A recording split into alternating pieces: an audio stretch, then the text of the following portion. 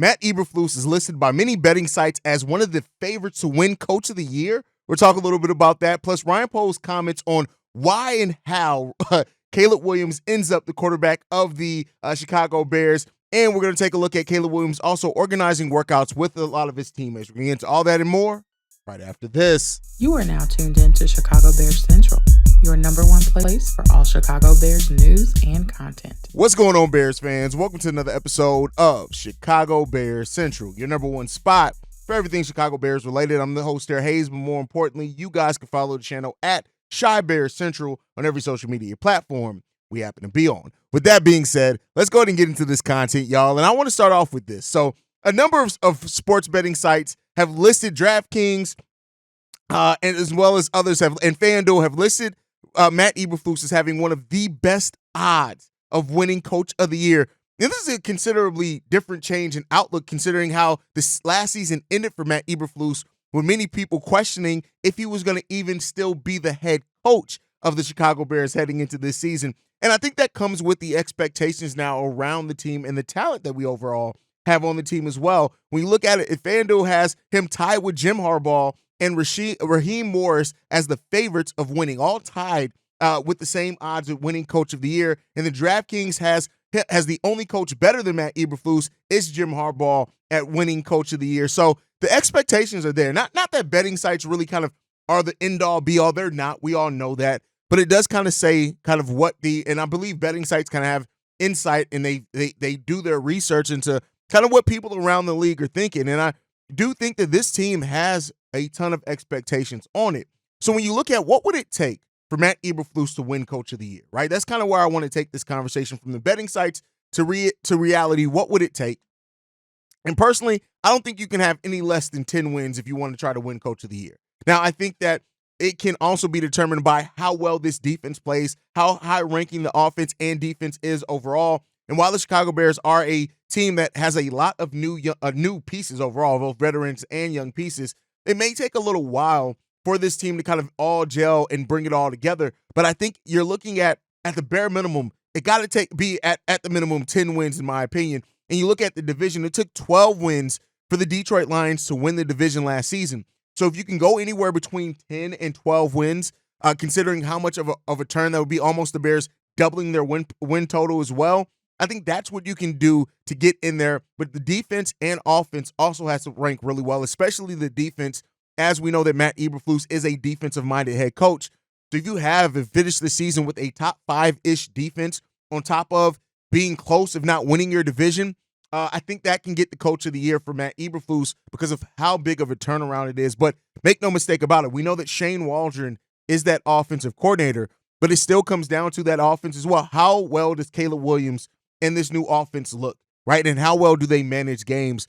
We know Shane Waldron is going to be the person, the conductor of that offense, but that's also going to play a part into Matt Eberflus's chances of winning Coach of the Year, in my opinion. So, if we do walk away from this with Matt Eberflus winning Coach of the Year, Caleb Williams winning Rookie of the Year, that is such a turnaround for a team that just didn't have it going, right? We had our bright spots last season for sure, but that would indicate a big turnaround. Now, I know not every Bears fan is going to agree with this, but I also think something that can help with that is Hard Knocks. If the Bears are chosen ultimately to be on Hard Knocks, kind of that storyline aspect. Winning postseason awards, whether right or wrong, no matter how you look at it, the storylines play a part in that as well. And if you can make that storyline, if you can be a part of that storyline, it really does help that a lot as well. So I think that's what it comes down to, is this Chicago Bears team having that type of success. We're talking about at least 10 wins, right? Competing to win your division. Defense and offense, hopefully both being top 10, even better if possible. I think that those are things that definitely can get Matt Eberflus that postseason trophy. But let me know what you guys think. Do you think there's a chance of Matt Eberflus winning that Coach of the Year? And on top of all of that, I still do think that Matt Eberflus, either way, is going to come back on the last year of his contract next season in 2025. I don't think you completely revamp an offensive staff and a new quarterback unless things go completely left. The Bears come out of this season with 3-4 wins, then yeah, Matt Eberflus is gone. But as long as this team is winning, is looking good, is gelling really well, I don't really see much of a chance that Matt Eberflus is removed as head coach. But let me know what you guys think on that. Now, with that said, kind of tied to that, we just talked about how the new look offense and Caleb Williams are a big part of that as well. And I wanted to talk about Ryan Poles' comments on what led to the Panthers trade that ultimately led to Caleb Williams getting here. And he said this. It was a move I made, one, because I wanted to continue to evaluate Justin, and two, I knew we had to keep building our football team. We needed more players to close the gap on some of the years prior with all the trades before. It was just a move to improve the football team. So, and that was what was speculated there, right? Is that they moved on from the number 1 overall pick because they really wanted an opportunity to keep evaluating Justin, right? To keep having chances to improve the team. And when you look at it, it's been 13 months since the Chicago Bears made that initial trade with the Panthers, the Carolina Panthers, for that number 1 overall pick last draft.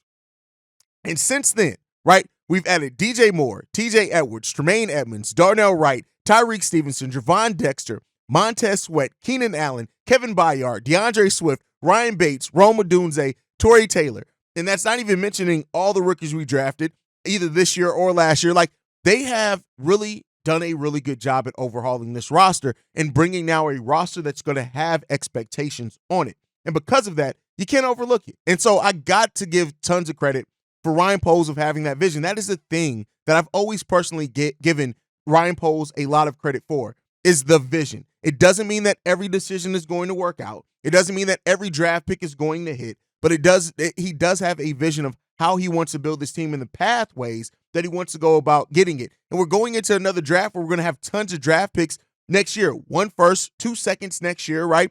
So this team is not done being built yet, but they have now laid out a really good foundation to the point of where you're having a coach like Matt Eberflus getting kind of odds on some of the favorites in some of these to be coach of the year, because that's the expectations now around the Chicago Bears.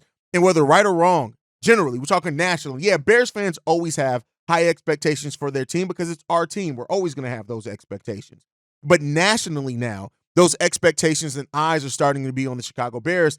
And this is the Bears' opportunity to really show and prove and prove a lot of their doubters, both internally here in the city of Chicago and externally that aren't even Bears fans. This is the time to start proving those guys wrong with how your team goes out and performs and the foundation that you've laid with this roster now that can contribute. And so love it. Love what we've done here. Love the vision of Ryan Poles and just really how he's turned this team around just since that trade for the number 1 overall pick. But if you're looking at now the 3 years that he's been here, he's done so much work to kind of tear something down and rebuild it enough, right? And now we got to keep building off that foundation that's been built so we can get to that ultimate goal, hopefully, of getting a goddamn Super Bowl. Like, can we please, in my lifetime, I told y'all, all jokes aside, if they wait till after I die to win the Super Bowl, I'm haunting all you motherfuckers. Everybody got to get it. Everybody. If I die and the Bears win the Super Bowl after I die and random shit starts falling down at your house, it's me. Don't even worry. Just say, hey, Haize, because it's me. I'm kicking shit. I'm knocking over shit and tipping over babies. I'm doing it. If I'm a ghost, don't you wait till I die to win a damn Super Bowl. Don't you do that shit. Anyway, with that said, let's get into it. I'm not actually knocking over babies. Come on now. What are we doing here? I'm not. Anyway, Caleb Williams has taken to organizing workouts. Cole Kmet said this. We've got some stuff in the works. We're in the works of organizing all of that. Caleb Williams has taken now, since the draft, he organized throwing sessions with DJ Moore, Keenan Allen, and Rome Odunze. He's now reaching out to Cole Kmet as well. This is something that I've said before is going to ingratiate him with this roster, right? He does have to earn the respect of the locker room. Now, that's going to come mainly on the football field, but how you treat, how you work, how you get to know these guys is also going, I won't say out of your way, because these are your teammates. It shouldn't be looked at as out of your way to set up offseason workouts with your teammates, but making that step and doing that to set up something and to build that chemistry with these guys, it's going to be important. And you look at it, the rookie minicamp opens May 10th. We're 3 days away from that. And so for him to be able to get and work with some of these veterans, build that chemistry between now and then is a really good sign. And it's a really good thing that Caleb Williams is doing there. I got to give him his credit for that, is that you want a quarterback. And, Bobby has talked about it. Everybody's talked about it. To gain the respect of the locker room as men, right? And be a leader of them, because as their quarterback, you're the one leading them out to battle. You have to have their respect. They have to know that you are putting in that work, that you want to get better, that you want to improve, that winning is the thing that you want to do the most, right? Especially, the storylines around Caleb, whether that's in his control or out of his control, what he does with his teammates, the relationships that he builds, that's going to be the difference in this team, right? And he does, regardless of how you look at Justin Fields as a quarterback or not, he is somebody that these players did love and respect. And so now that you're replacing that with somebody who is better, right, and has a higher potential and is coming in now as the golden child in a way, you still have to earn that respect of that locker room. And so they're going to go to bat. Like they're going to take pride regardless because they want to win football games. But when they're doing it for you and you guys and the guys really feel like they're doing it for each other, that's how you earn the respect of men. That's how you earn the respect of your locker room. That's how you have a locker room and the chemistry that everybody is fighting and sacrificing for each other. And that's what we need here. Again, identity. That is what identity is built around. And so the fact that Caleb is doing that, has made those steps with his teammates, I don't want it to go overlooked. It's not something just small. This is something big. And, it should happen. And to a degree, probably happens across every roster in the NFL. But it's good that Caleb is doing that. And that he's not looked at, even when you hear some of the stories about, like Jay Cutler, like, it wasn't that it was Brandon Marsh. Like, there was only a handful of people that really could, like, talk to and get and even kind of check Jay Cutler. You don't want that here in Chicago, right? We don't want that here again. You want an organization and you want a teammate, you want a roster that's going to fight for each other.